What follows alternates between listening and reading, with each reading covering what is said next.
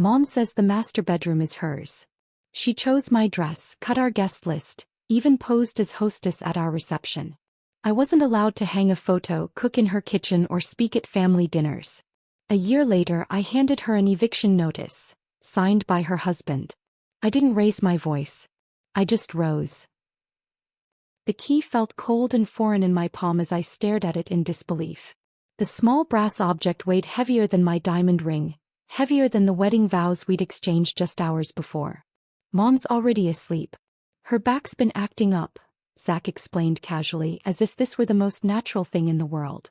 His eyes avoided mine, focused instead on a point somewhere over my shoulder. She needs her rest. I stood frozen in the hallway of what was supposed to be our home, still wearing my wedding gown. The makeup that had been meticulously applied at dawn was now fading, my carefully styled hair falling loose around my shoulders.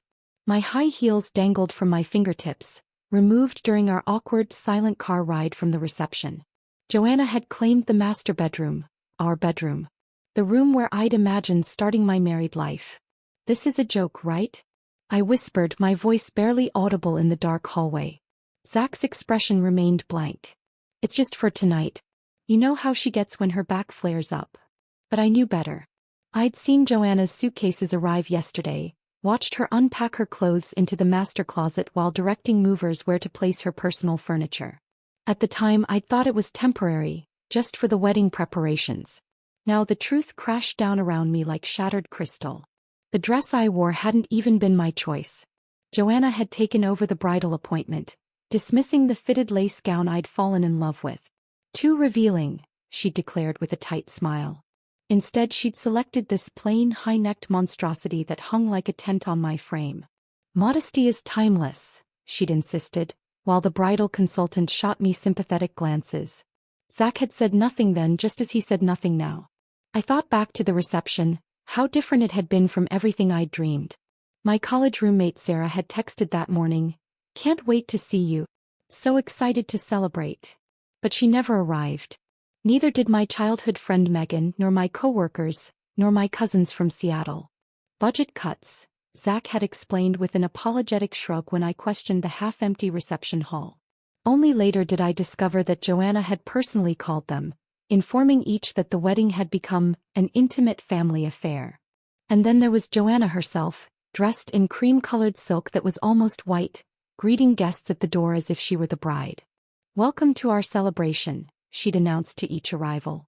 "I'm Joanna, mother of the house." Mother of the house. Not mother of the groom. She'd commandeered the microphone during the reception, delivering a 20-minute speech about raising Zach, about the family legacy, about traditions that must be maintained. When the DJ attempted to pass the microphone to me for a few words of thanks, Joanna had smoothly intercepted it, declaring it was time for the first dance. A dance that she initiated with her son while I stood awkwardly to the side, watching my husband waltz with another woman on my wedding day. Now here I was, being directed to a guest room in what was supposed to be my home. A home where Joanna had already established her dominance. The walls were bare of any photos I'd selected. The furniture arranged according to her preferences. Even the kitchen, which I'd so eagerly anticipated making our own, was strictly off-limits. Zach likes his meals prepared a certain way, she'd informed me earlier that week. Best to leave the cooking to someone who knows his tastes. I looked at my husband now, searching for some sign of discomfort, some acknowledgement that this situation was abnormal. But his face remained placid, unbothered. "When do we get to be married?" I asked quietly, still clutching the guest room key. His expression hardened slightly. "Don't start, Chelsea. Let's not upset her. You're being difficult. Difficult. For wanting to sleep beside my husband on our wedding night. For wanting to feel like this was my home too." Zach leaned forward, pressed a quick kiss to my forehead, the kind of kiss you give a child, and turned away. "Get some rest. I'll see you in the morning." I watched him retreat down the hallway, not to another guest room but to the living room couch. Even he wouldn't claim the space next to his mother. Yet neither would he stand beside me. The guest room was impersonal and cold, decorated in beige and cream with generic landscape paintings on the walls. I closed the door behind me, finally allowing my shoulders to slump. My wedding dress caught on the edge of the bed as I sank down onto the unfamiliar mattress. With mechanical movements, I began removing the pins from my hair, placing them one by one on the nightstand. I unzipped the dress I never wanted, stepping out of it and hanging it carefully in the closet. A closet devoid of any other clothes. I hadn't even been allowed to move my things in advance. I sat on the edge of the bed in my slip, staring at my reflection in the small vanity mirror across the room. I looked like a stranger to myself, diminished somehow, faded around the edges. The woman who had walked down the aisle that morning already seemed like a different person, one who still believed in fairy tales and happy endings. But as I stared at my reflection, something else flickered in my eyes. Something hard and resolute. I didn't cry. Not a single tear. Instead, I methodically washed my face, brushed my teeth with the complimentary toothbrush left for guests, and slipped between the cold sheets of the unfamiliar bed. Lying in the darkness, I stared at the ceiling, my mind racing and yet oddly clear. This wasn't at all what I had imagined marriage would be. This wasn't partnership or love or respect. This was training. Joanna was training me to be small, to be obedient, to accept scraps of affection and space. And Zach was complicit, too weak or too comfortable to challenge the status quo. But as I lay there in the guest room of what should have been my marital home, I made a silent promise to myself. I would not cry. I would not beg. I would not plead with Zach to choose me over his mother. Instead, I would watch. I would learn. I would understand exactly how this household operated, and then I would change it. Because I refused to stay domesticated. I refused to be the obedient daughter-in-law, grateful for whatever scraps of autonomy I was thrown. Tomorrow I would wake up as a different woman. A woman with a plan. My wedding night may have been spent alone in a guest room, but I swore it would be the last night I ever felt invisible in my own life. Morning arrived with the sound of Joanna's voice outside my door. Not knocking, just talking loudly enough to wake me. "Breakfast is at 7:30 sharp," she announced to Zach in the hallway. Chelsea should dress appropriately. No loungewear at the table. I'd been married exactly 12 hours and already there was a dress code for breakfast. When I emerged from the guest room wearing jeans and a sweater, Joanna's smile tightened slightly. "We dress for breakfast in this house, dear. Perhaps tomorrow you could wear something more presentable." I glanced at Zach, who was absorbed in his phone. He wore sweatpants. The kitchen gleamed with spotless perfection. Every appliance had its place, every surface scrubbed to an unnatural shine. Joanna moved through it with military precision, placing 3 identical plates at the table. "Egg whites and whole grain toast," she announced, sliding a plate before me. "No butter. Zach needs to watch his cholesterol." My husband had perfect cholesterol. I'd gone with him to his last physical. "I usually have coffee first thing," I ventured. "Caffeine disrupts hormonal balance," Joanna replied without looking up. "There's herbal tea in the cabinet. The green tin, not the blue. The blue is for digestive issues." She slid a small glass dish toward me containing 2 capsules and a vitamin. "Take these with water, not juice. The acidity interferes with absorption." I stared at the pills. "What are these?" "Just a women's multivitamin and some supplements for feminine health." The way she emphasized feminine made it sound like a disease. This became our routine. Each morning, Joanna would dictate what I should eat when I should eat it, and which supplements would fix whatever she had decided was wrong with me that day. "Your complexion looks dry. Fish oil capsules today. Your posture is slouching. Calcium and magnesium. You seem irritable. Must be hormonal imbalance." I began discreetly disposing of the pills in napkins. The rules extended beyond meals. When I tried to hang a framed photo from our honeymoon, one of the few times we'd escaped Joanna's presence, she intercepted me in the hallway.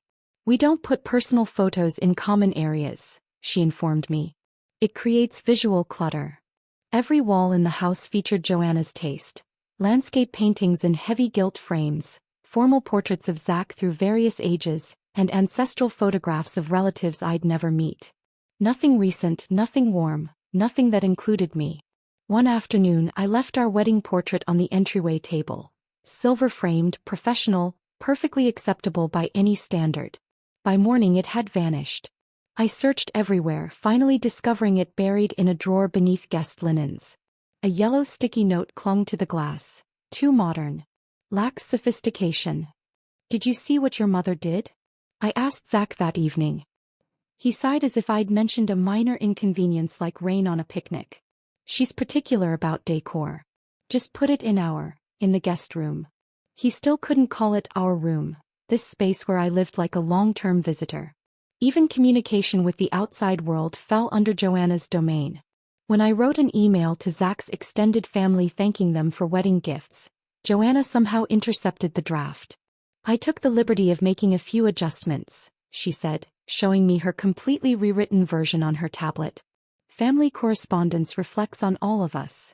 My warm, personal message had been transformed into a formal, cold paragraph that sounded nothing like me. For Zach's birthday, I spent hours selecting a card with the perfect message, adding my own heartfelt note inside. The next morning, I found Joanna at the kitchen table with my card open before her, a pen in hand. "What are you doing?" I asked, unable to keep the edge from my voice. "Just adding warmth," she replied without looking up. Your note was somewhat clinical. She had crossed out entire lines of my message and inserted her own thoughts, as if my feelings for my own husband needed translation. I snatched the card from her hands. "Don't touch my things." For once her polite mask slipped. "Everything in this house is my concern." Dinners became exercises in strategic placement. No matter the arrangement, Joanna always maneuvered herself between Zach and me. If I sat beside him, she would create a reason to switch, needing help with serving, claiming the light bothered her eyes, insisting certain chairs were better for her back. Even conversations were controlled. If I began telling Zach about my day, Joanna would interject with questions that derailed my story. If I mentioned work achievements, she would immediately pivot to Zach's childhood accomplishments. Chelsea's department exceeded their quarterly goals, I would say. "That reminds me of when Zachary won the state science fair in 4th grade. She would counter, effectively silencing me. When I suggested hosting a game night with friends, hoping to create some normalcy, Joanna's response was swift. "Don't be silly. We're grown-ups," she said with a dismissive wave. "Besides, board games harbor bacteria." Zach merely chuckled at her response. "She's a bit much, but that's just how she is. Just how she is." The phrase that excused every boundary violation, every control tactic, every subtle humiliation. Every request I made was reframed as immaturity. Every boundary I attempted to establish was dismissed as selfishness. Every decision I tried to make independently was corrected for my own good. "I'm concerned about your work hours," she said when I stayed late at the office, the only place I had autonomy. "Are you sure that haircut suits your face shape?" she asked when I changed my appearance without consultation. "Zach prefers the chicken prepared my way," she insisted when I attempted to cook dinner. Her control was relentless but always wrapped in concern, always disguised as helpful guidance. The psychological exhaustion was more effective than locks on doors. After 3 months of this subtle warfare, I began documenting everything. A small journal hidden between the mattress and box spring became my secret record. Names, dates, exact words. Evidence of a systematic campaign to minimize my existence. I recorded how many times Joanna interrupted me at dinner, 17 in one meal. How many decisions were countermanded, 32 in a week. How often Zach sided with her instead of me, every single time. The journal became my sanity, my proof that I wasn't imagining things, that this psychological dismantling was real and deliberate. 6 months into our marriage, while searching for a missing cufflink in Zach's desk, I discovered a folded document tucked beneath warranty cards and old receipts. Curiosity made me unfold it, and what I found changed everything. It was the deed to the house, the family heirloom Joanna claimed ancestral rights to. The property had been purchased just 5 years ago with Zach as the sole owner. Joanna's name appeared nowhere on the document. The house wasn't hers. This kingdom she ruled with iron certainty had no legal foundation. I carefully replaced the document exactly as I'd found it and closed the drawer, but my mind was racing. All this time, Joanna had been ruling a domain she had no claim to, and Zach had allowed it. I stood in the center of the house, this battleground where I'd been systematically diminished, and felt something shift inside me. A clarity I hadn't possessed before. She didn't own this kingdom, and I was done playing the servant. The discovery of the deed changed my strategy entirely. That night I lay awake planning my next steps. Direct confrontation would only strengthen Joanna's position. She thrived on emotional outbursts she could label as unstable behavior. I needed something more effective than anger. I needed information, leverage, legal standing. The following morning I stopped asking questions. Instead, I watched and documented. At breakfast, I smiled and accepted the daily vitamin ritual without comment. When Joanna rearranged the kitchen cabinets for the third time that month, I simply observed which items she prioritized and which she hid away. I noted how she always handled the household mail first, sorting through everything before distributing it. By week's end, I'd established a pattern. Joanna checked our joint account statement every Friday afternoon while Zach played golf. She always used his home office computer, always left the banking tab open, always took precisely 45 minutes. So the following Friday, I installed a small program on the computer before leaving for work. Nothing invasive, just a keystroke recorder that would email me a transcript of everything typed during that time window. What I discovered was illuminating. Joanna had been systematically transferring small amounts, $300 here, $425 there, from our joint account into what appeared to be her personal account. The amounts were carefully calculated to fall just below Zach's notice threshold. Most were labeled as household expenses or family obligations in the transaction notes. Over 8 months of marriage, she diverted nearly $12,000 of our money. The transactions coincided perfectly with her spa memberships, luxury shopping sprees, and extended lunch dates with friends at exclusive restaurants. Expenses she'd claimed were covered by her personal savings. More disturbing were the documents I found bearing Zach's signature. Documents he'd never mentioned. Insurance policies, investment reallocations, even a power of attorney form that gave Joanna access to accounts that should have been solely in his name. "Did you sign anything for your mother recently?" I asked casually one evening while we watched TV. Zach barely looked up. "Maybe. She handles that stuff. Less paperwork for me." "She's really good with signatures," I remarked. "Yeah, she's organized." He missed my meaning entirely. I arranged to work late the following Thursday, knowing Joanna attended her weekly bridge club. Instead of going to the office, I drove to a small law firm 40 minutes away, far enough that I wouldn't encounter any of Joanna's extensive social network. The estate attorney, Ms. Riviera, was a sharp-eyed woman in her 50s who listened without interruption as I laid out my situation. I showed her copies of the banking records, photographs of the house deed, and my detailed journal of Joanna's domestic regime. "So your mother-in-law has no legal claim to the property, yet exercises complete control over the household," she summarized. "Correct. And your husband enables this behavior?" "He was raised in it. He doesn't see it as abnormal." Ms. Riviera leaned back. "What exactly are you hoping to achieve, Mrs. Mitchell?" I thought carefully before answering. "I want what's legally mine as a spouse. Equal say in my own home. Financial security that can't be undermined. And I want my husband to make a choice, our marriage or his mother's control." She nodded, making notes. "The property situation is straightforward. As Zach's spouse, you have certain rights regarding the marital home, regardless of whose name is on the deed. The financial diversion is more complicated but potentially actionable." I left with a comprehensive understanding of my legal position and a carefully outlined strategy. Knowledge is power, but timing is everything. Rather than confronting Joanna immediately, I began laying groundwork. First, I opened a separate bank account at a different institution. Each payday, I diverted half my income into this private account, never mentioning it to either Zach or Joanna. Next, I enrolled in an online certificate program in property law and spousal rights, studying late at night in the guest room that remained my bedroom. Understanding the legal framework would protect me from Joanna's inevitable counterattacks. On the surface, however, I changed nothing. I continued baking cookies for dinner parties where I barely spoke. I smiled at Joanna's backhanded compliments about my appearance. I nodded politely when she rearranged furniture I had straightened. "Your hair looks almost professional today," she'd say. "Thank you," I'd reply without argument. "Perhaps next time use the good plates for company," she'd suggest after I'd spent hours preparing dinner. "Of course," I'd agree, never revealing my irritation. Each night, I updated my journal with new incidents, new financial discrepancies, new evidence of the psychological minefield I navigated daily. I began working progressively later hours, volunteering for special projects that required evening commitments. This served multiple purposes: additional income for my separate account, professional advancement that strengthened my independence, and legitimate reasons to be absent from Joanna's domain.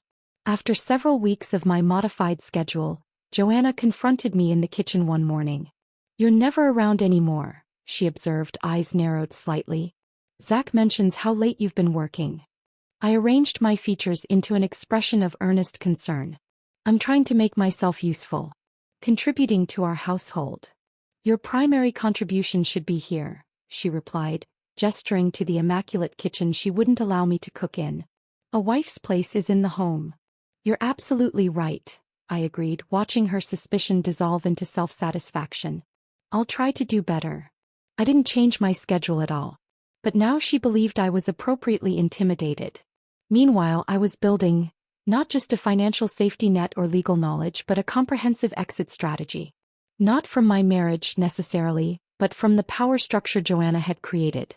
I documented which household items were purchased with joint funds versus Joanna's mysterious separate accounts. I photographed each room, establishing a record of the home's condition and contents.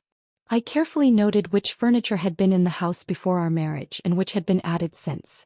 One afternoon, I discovered a file of old correspondence in Zach's office. Letters between him and his father, dating back several years. They revealed a strained relationship, not between father and son but between husband and wife.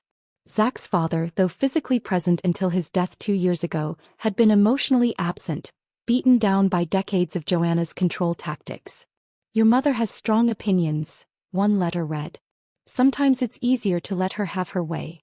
But remember, son, the house is yours when I'm gone. I've arranged it that way specifically." The letter confirmed what I'd suspected. Zach's father had intentionally left the property to his son alone, an act of quiet rebellion against Joanna's domain. I had a plan forming now. One Joanna would never see coming, precisely because she underestimated me. She saw my politeness as weakness, my silence as submission, my careful documentation as merely obsessive housekeeping. She never suspected I was building a case, establishing legal standing, creating financial independence. Because she still thought I was scared of her. She interpreted my quiet compliance as defeat, not recognizing the strategic patience behind my smile. She didn't know I was already 2 steps ahead, moving pieces into position for a checkmate she couldn't anticipate. I was done being a guest in my own marriage, my own home. I was becoming the landlord. After 3 weeks of meticulous preparation, I selected a date, October 15th. A Tuesday. Joanna's bridge club was cancelled that week due to renovations at the community center, ensuring she'd be home. Zach would be off from work for a dental appointment in the afternoon. The timing couldn't have been more perfect. 2 days before, I'd finalized everything with Ms. Riviera. The legal documents were impeccable. A formal eviction notice with all proper citations of state property law, a detailed accounting of financial improprieties, and a cease and desist regarding any further unauthorized use of joint funds. "Are you certain you want to proceed this way?" Ms. Riviera had asked, her expression carefully neutral. "It will create significant family tension." "The tension already exists," I replied. "I'm just bringing it into the open where it can be resolved." The courier service was scheduled for 7 a.m. prompt delivery, early enough that Joanna wouldn't have fully armored herself for the day, but not so early that she could claim harassment. The night before, I barely slept. Not from anxiety but from a strange, electric anticipation. After nearly a year of calculated submission, of documenting and planning and building my case, the confrontation I'd engineered was finally at hand. I rose at 5:30 a.m., showered and dressed with particular care, a crisp blue button-down, tailored black pants and low heels. Professional attire. Battle armor. I applied minimal makeup, pulled my hair back into a sleek ponytail and fastened small pearl earrings, a wedding gift from my parents. By 6:45, I had brewed coffee and was seated at the kitchen table with my laptop open, reviewing work emails as though it were any ordinary morning. The house was still quiet. Joanna typically emerged at 7:30, Zach closer to 8 o'clock. The doorbell rang at exactly 7:10 a.m. I remained seated, taking a deliberate sip of coffee. The doorbell rang again. I heard shuffling from the master bedroom, then Joanna's voice, sharp with irritation. Who on earth is calling at this hour? Footsteps approached the front door. Joanna in her silk robe, hair still in curlers, face creased with sleep and annoyance. I angled my chair slightly to observe the entry hallway while pretending to focus on my screen. She pulled open the door. Yes.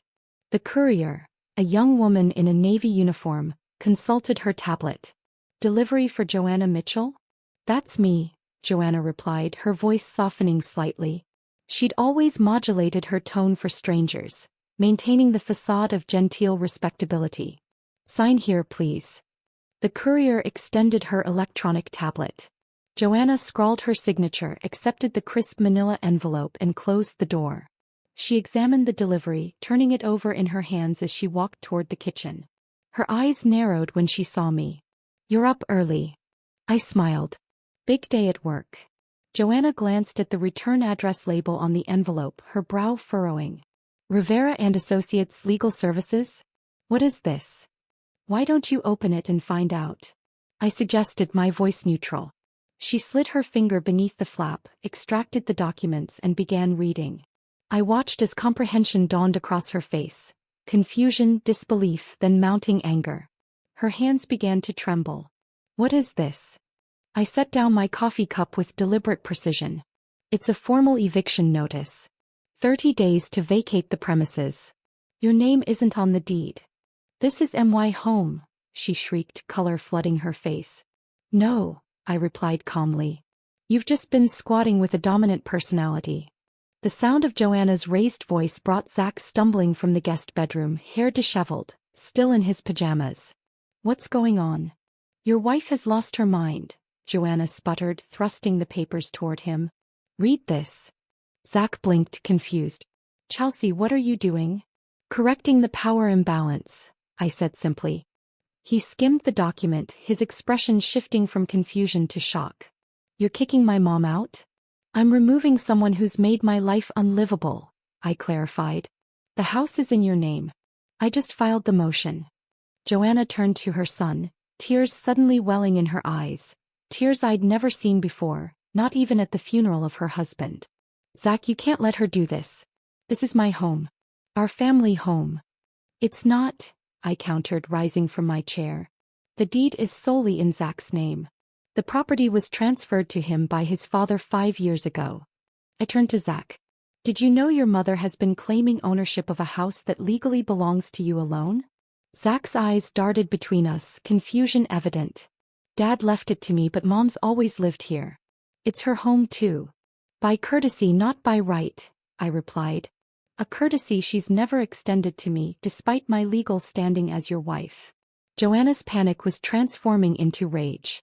Her facade of control crumbled completely as she realized the extent of what was happening. You manipulated him. You dug through private papers. You schemed behind our backs. I documented everything, I replied, voice level. All your unauthorized spending from our joint account. Your interference in every aspect of our marriage. Your systematic campaign to isolate and diminish me in my own home. It's all there in the filing, with dates, amounts, and witnesses. After everything I've done for you, she hissed, switching tactics. Taking you into my home, guiding you, teaching you how to be a proper wife. Gratitude is earned, not demanded, I cut her off. And this was never your home to take me into. She turned to Zach, her final bastion of support. Are you going to let her do this to your mother? Your own flesh and blood. For the first time since I'd known him, Zach didn't immediately leap to her defense. He stood in the hallway, the eviction notice hanging limply from his hand, gaze shifting between the two women before him. His silence was deafening.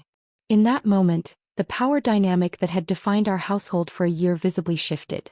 Joanna, sensing her son's hesitation, let out a sound between a gasp and a sob. She snatched the papers from his hand and stormed toward the master bedroom, the room that had never been mine despite my marriage certificate.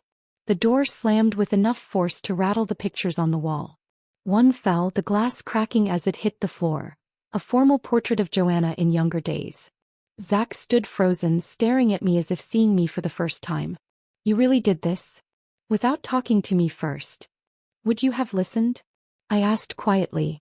Or would you have warned her, defended her, convinced me to endure another year of psychological warfare in my own home? He had no answer. I picked up my coffee cup and returned to my seat at the kitchen table. She has 30 days to find alternative arrangements. The documentation includes a full accounting of funds she's diverted from our account, funds she'll need to repay. There's also a cease and desist regarding any further unauthorized use of your name on legal documents. What do you expect me to do? He asked, voice hollow. I expect you to decide what matters more, your marriage or your mother's control. I took a sip of coffee, now lukewarm. You have 30 days to figure that out too. He ran his hands through his hair, turned and walked back to the guest bedroom without another word. From the master bedroom came the sounds of drawers being yanked open, items thrown haphazardly. Joanna's meltdown was in full swing. I remained at the table, outwardly calm despite the adrenaline coursing through my veins. For the first time in our marriage, I had seized control of the narrative. I had reclaimed space in a house where I'd been systematically erased. Joanna had 30 days to vacate. Zach had 30 days to choose. And I, for once, had the floor plan and the upper hand. The day after the eviction notice, Zach left for work without speaking to me. When he returned that evening, he attempted to act as though nothing significant had happened, as if the legal documents, his mother's rage, and the fundamental shift in our household were merely a minor domestic disturbance that would soon blow over. He found me in the living room, laptop open, reviewing work presentations. Hey, he said casually, loosening his tie. Want to order takeout tonight? I looked up, studying his face. He was aiming for normalcy, desperate to avoid confrontation. Your mother's been packing all day, I replied. She broke the mirror in the hallway bathroom. He winced slightly. She'll calm down. Just needs time to process. Process what? That her illegal occupation of your property is ending. He sank onto the couch opposite me. You could have warned me about all this. I did, I said quietly. Dozens of times over the past year. Every time I told you I was unhappy,